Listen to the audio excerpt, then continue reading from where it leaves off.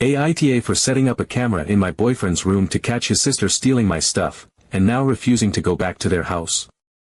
I never thought I would be in a situation like this.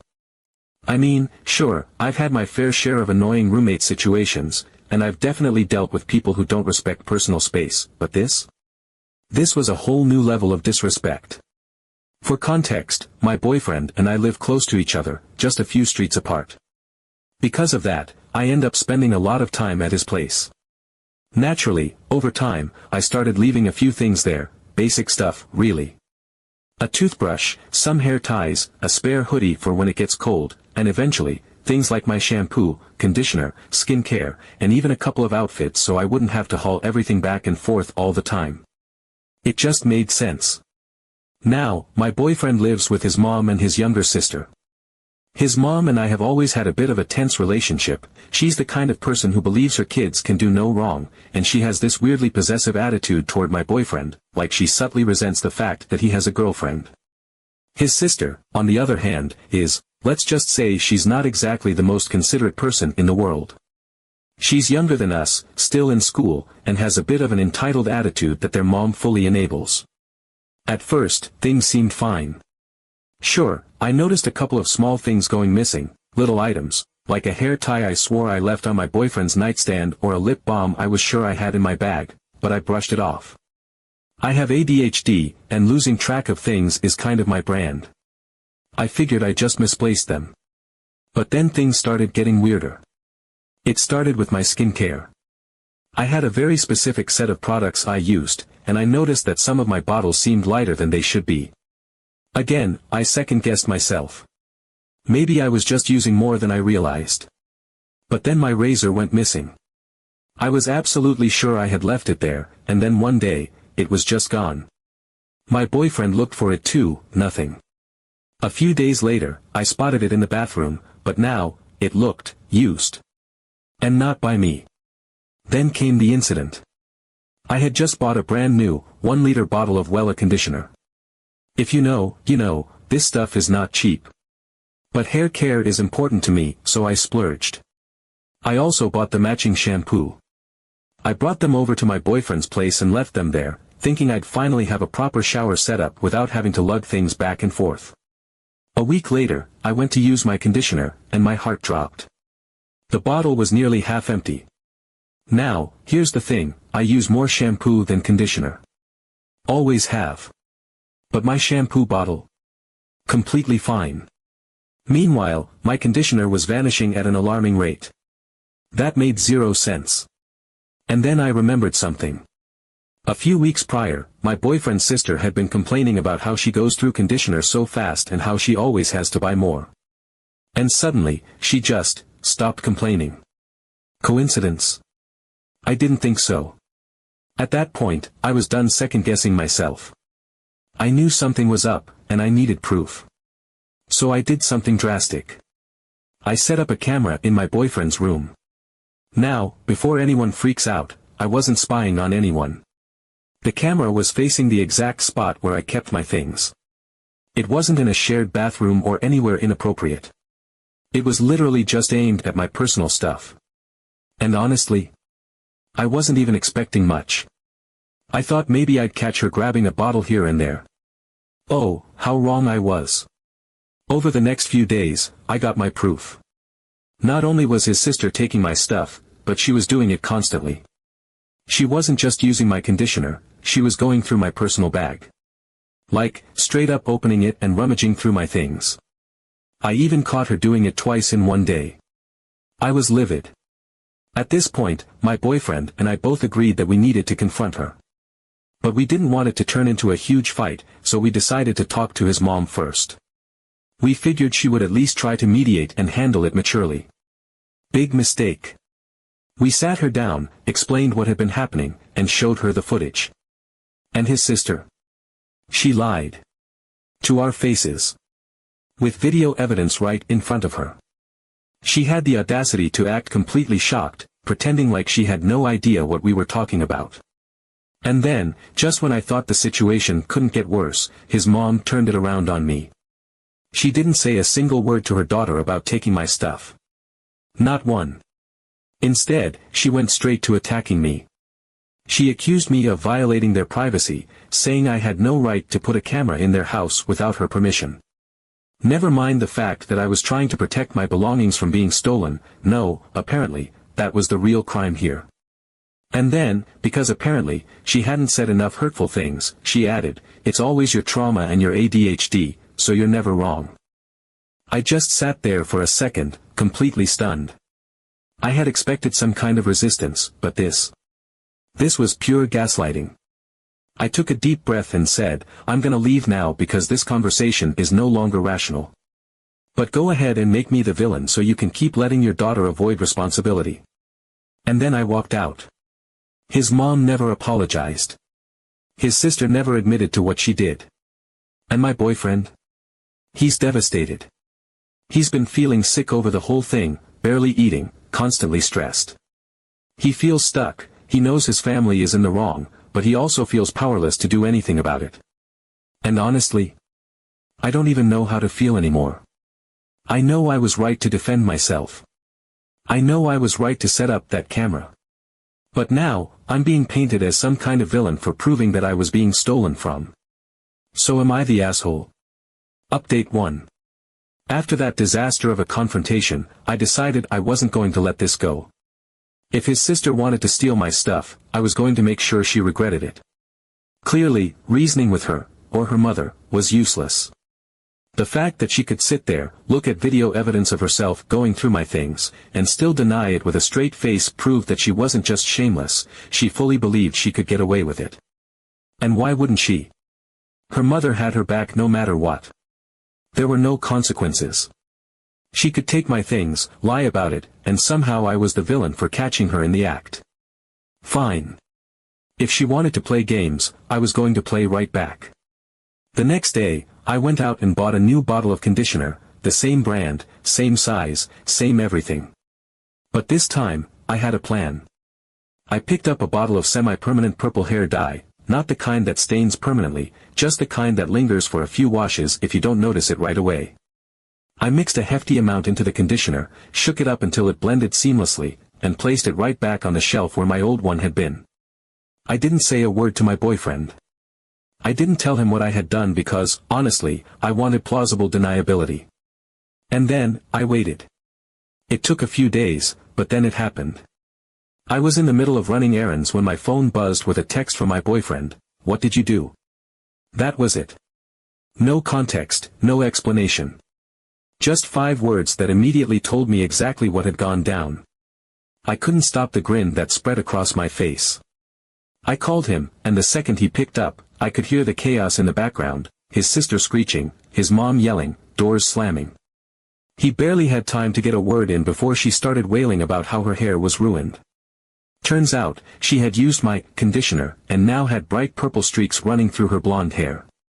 I imagined her standing in front of the bathroom mirror, staring in horror as the streak set in, and I couldn't help but feel a deep, satisfying sense of justice. Because the best part?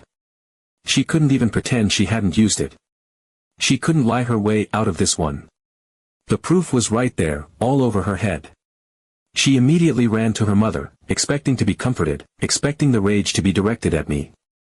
But for the first time ever, that didn't happen. Her mother took one look at her and lost it. Not at me, not at my boyfriend, but at her.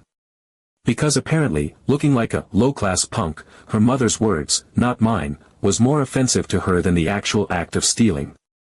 The same mother who had completely dismissed my feelings, the same mother who had defended her daughter's blatant thievery, suddenly had a problem now that there was a visible consequence. I could only imagine the conversation, her sister wailing about how I must have done something to the conditioner, her mother snapping that she wouldn't look like this if she had just left my things alone. For a brief moment, I felt vindicated. This was what I had wanted. Not just petty revenge, but an actual acknowledgement that she was in the wrong. And for a second, I thought, this is it. Maybe now they would finally hold her accountable. Maybe now she would understand that actions have consequences. But of course, that would have been too easy. Instead, her mother pivoted. She turned on my boyfriend. Because somehow, this was his fault. She accused him of allowing this drama to poison their home, of letting me manipulate him into turning against his family. She ranted about how I was causing chaos, how I was the problem, how he needed to get his priorities straight. And then she said the one thing I had always suspected she would say but hoped she never would. She suggested that he stop seeing me. Not because I had done anything wrong. Not because I was toxic or cruel or bad for him. But because I was disrupting their family dynamic. That night, my boyfriend showed up at my place looking completely wrecked. He barely got through the door before he just collapsed onto my couch, rubbing his face like he was trying to physically wipe away the stress. I sat down beside him, waiting for him to say something, but when he finally did, his voice was barely above a whisper, "I don't know what to do." And I believed him. Because the truth was, he was stuck. He loved me, but he also loved his family. No matter how toxic they were, no matter how much his mother played favorites, they were his family. And he wasn't ready to walk away from them. I could see it all over his face. He was breaking under the pressure, stretched so thin between trying to do what was right and trying to keep the peace. And I knew that as much as I wanted to stand my ground, as much as I wanted to keep fighting for my place in his life, this wasn't just about me anymore. And for the first time, I started wondering if this was a battle worth fighting. Update 2. After everything that had already happened, I thought, hoped, that my boyfriend's sister would finally back off. That the shame of being caught red-handed, of having undeniable video evidence thrown in her face, would be enough to make her think twice. That maybe she'd finally feel at least a little embarrassed about her actions, enough to put an end to the endless cycle of stealing and lying. That the streaks of purple in her hair would serve as a permanent, unavoidable reminder that actions have consequences. That she'd look in the mirror every day and remember that I wasn't just going to roll over and let her walk all over me. But nope. If anything, she doubled down. At first, it was subtle. Little things. Small, almost imperceptible shifts that, to anyone else, would have seemed insignificant. A missing lip gloss. A mysteriously relocated hoodie. A bottle of lotion that felt just a little lighter than I remembered. Individually, they were things I could have ignored. But I noticed. I always noticed. And yet, I tried to convince myself that I was imagining it. That after everything that had already gone down, I was just hyper-aware of my surroundings. That I was looking for a reason to be angry.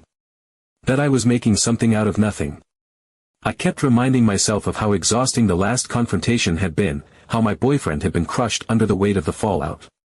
I didn't want to add more stress to an already impossible situation. So I told myself to let it go. I reminded myself that I was in their house, that his mother had already made it painfully clear she wasn't going to take my side. That no matter how right I was, I would always be the outsider in this house. That there was no winning against a mother who had decided, from the very beginning, that I was the villain in her family's story. So I stayed quiet.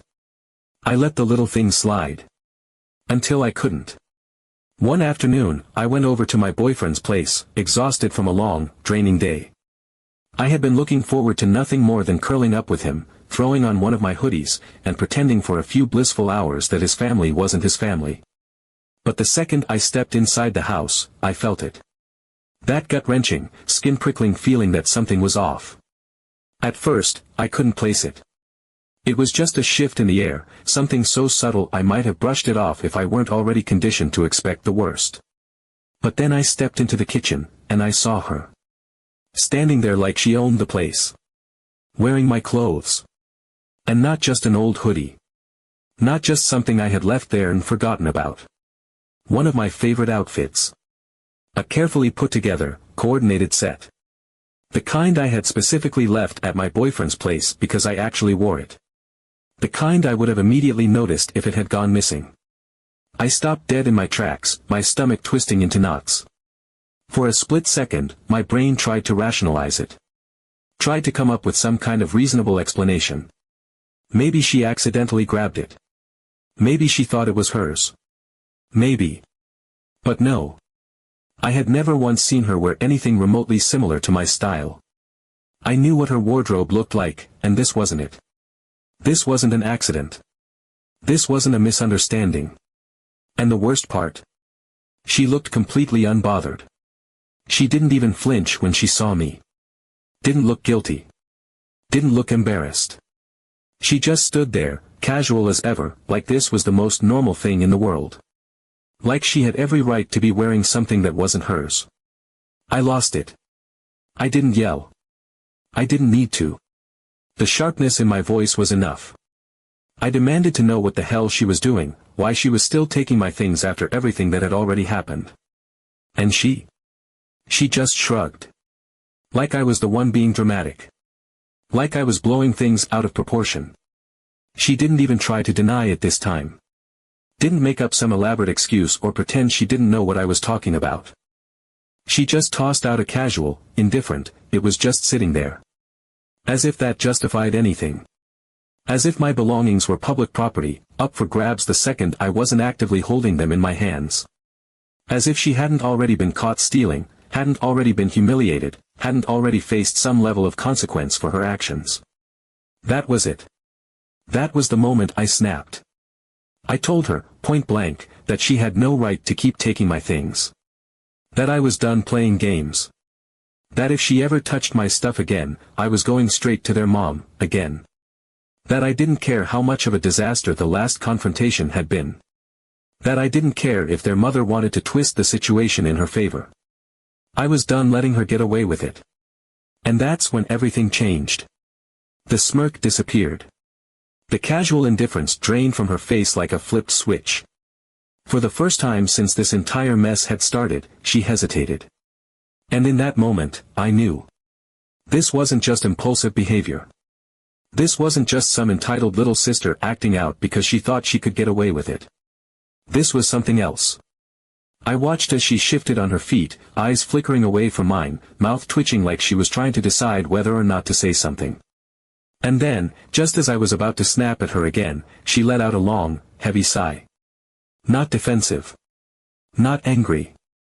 Just tired. And then she dropped the bombshell. She looked down at the floor, voice barely above a mumble, and said, "This isn't even my fault." I stared at her, barely processing the words before she continued. "Mom told me to do it." At first, I thought she was lying. It was instinctual, the automatic assumption that she was just trying to shift the blame, to squirm her way out of trouble the same way she always had. It was so easy to assume she was just throwing out a desperate excuse, grasping at anything that would take the heat off her. But the more she talked, the more it started to make way too much sense. It was in the way she said it, not with defiance or smugness, but with something else. Something that almost sounded like relief, like she had been carrying this weight for too long and was finally letting it go. She wasn't trying to get out of trouble, she was just tired. And as the words kept coming, as she unraveled the full truth, it hit me like a freight train. Their mother had told her to do it. She had encouraged her to take my stuff. Not just to be selfish, not just because she thought she was entitled to it, but to push my boundaries. To make things uncomfortable for me. To slowly wear me down, until I was either too exhausted to fight back or I walked away entirely. She didn't want me there. She didn't think I was right for her son. And instead of having a mature conversation, instead of trusting him to make his own decisions, she decided to sabotage our relationship from the inside. She had weaponized her own daughter, using her as a tool to manipulate and test me in ways I hadn't even realized. Her logic was twisted. If I truly cared about him, if our relationship was strong enough, then things like missing belongings, crossed boundaries, and endless gaslighting shouldn't matter. If I really wanted to be with him, then these small acts of theft and manipulation shouldn't be enough to drive me away. She had planned this.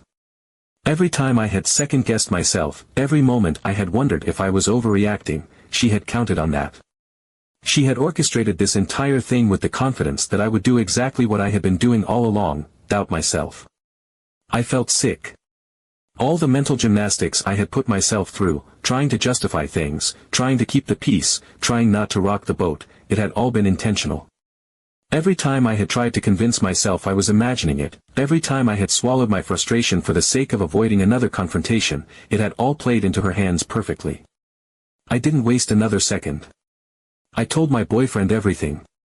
Every last detail. And the worst part? He didn't even look surprised. He just looked tired.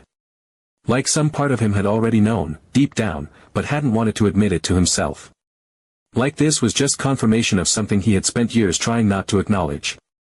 He sat there, silent, absorbing the weight of it, and I watched as the realization settled into his bones. But hearing it confirmed, that crushed him. That same night, he confronted his mother. There was no hesitation, no delaying it, no pretending like he hadn't heard what he had heard. He walked straight into the fire, ready to hear whatever excuses she had to throw at him, ready to push back against them all. And of course, she denied it at first. She acted offended that he would even suggest such a thing, insisted that I must have twisted things, that his sister was misunderstanding her words. But the cracks started showing almost immediately. Because for the first time, he wasn't just accepting her explanations. He wasn't nodding along, letting himself be convinced. And when she realized he wasn't buying it, she changed tactics, she justified it. She looked him in the eye and told him she had been protecting him. As if encouraging her daughter to steal my things was some noble act of motherly love. As if undermining our relationship and making me feel unwelcome was her duty as a mother. As if she had no choice but to manipulate the situation, because I was the problem and she had simply been trying to open his eyes before it was too late. She cried. She yelled. She did everything she could to twist the situation into something where she was the victim. And when that didn't work, she turned to guilt. She told him he was choosing me over his family, accused him of abandoning the people who had always been there for him. But this time, he didn't let it slide. He told her, point blank, that she had crossed a line. That he was an adult, and he was done letting her control his life. That this wasn't love, this was manipulation. And that no matter how much she tried to frame it as protecting him, he wasn't a child anymore. He didn't need her to dictate his relationships or test his girlfriend to see if she was worthy. And for once, she had nothing to say. She just stood there, caught in the mess of her own making, unable to argue with the truth when it was staring her in the face. In the end, things did get better, but it wasn't immediate. His mother very reluctantly apologized. Not just to me, but to him, too. It wasn't a real apology, not in the way I had hoped for. It was stiff, forced, delivered more out of obligation than actual remorse. But it was still an admission. It was still something. And as much as I hated her, as much as I wanted her to be the kind of person who could take responsibility and mean it, I knew that this was probably the best I was ever going to get. His sister, though, she actually meant it. She sat me down, looked me in the eye, and admitted that she had let her mother manipulate her. That she had done things she wasn't proud of. That she had been pushed into it but had still made the choice to go along with it. And then she said the words I never thought I'd hear, I'm sorry. And over time, we managed to move forward. Now, things are different. Not bad, just different. His mom still has her moments, but she knows she can't pull the same stunts anymore. There's a distance between us that will probably never fully go away, but I've made my peace with that. I no longer expect warmth from her, and she no longer tries to pretend she approves of me. But she also knows that if she tries to push me out again, she'll lose her son in the process. His sister and I are on much better terms. There's no more tension, no more passive-aggressive jabs. And my boyfriend? He finally sees his family's toxic patterns for what they are. So, was I the asshole? No. But looking back, I think this whole thing needed to happen. Because now, there are no more illusions. No more pretending. And honestly, I'd rather deal with an honest mess than a fake peace.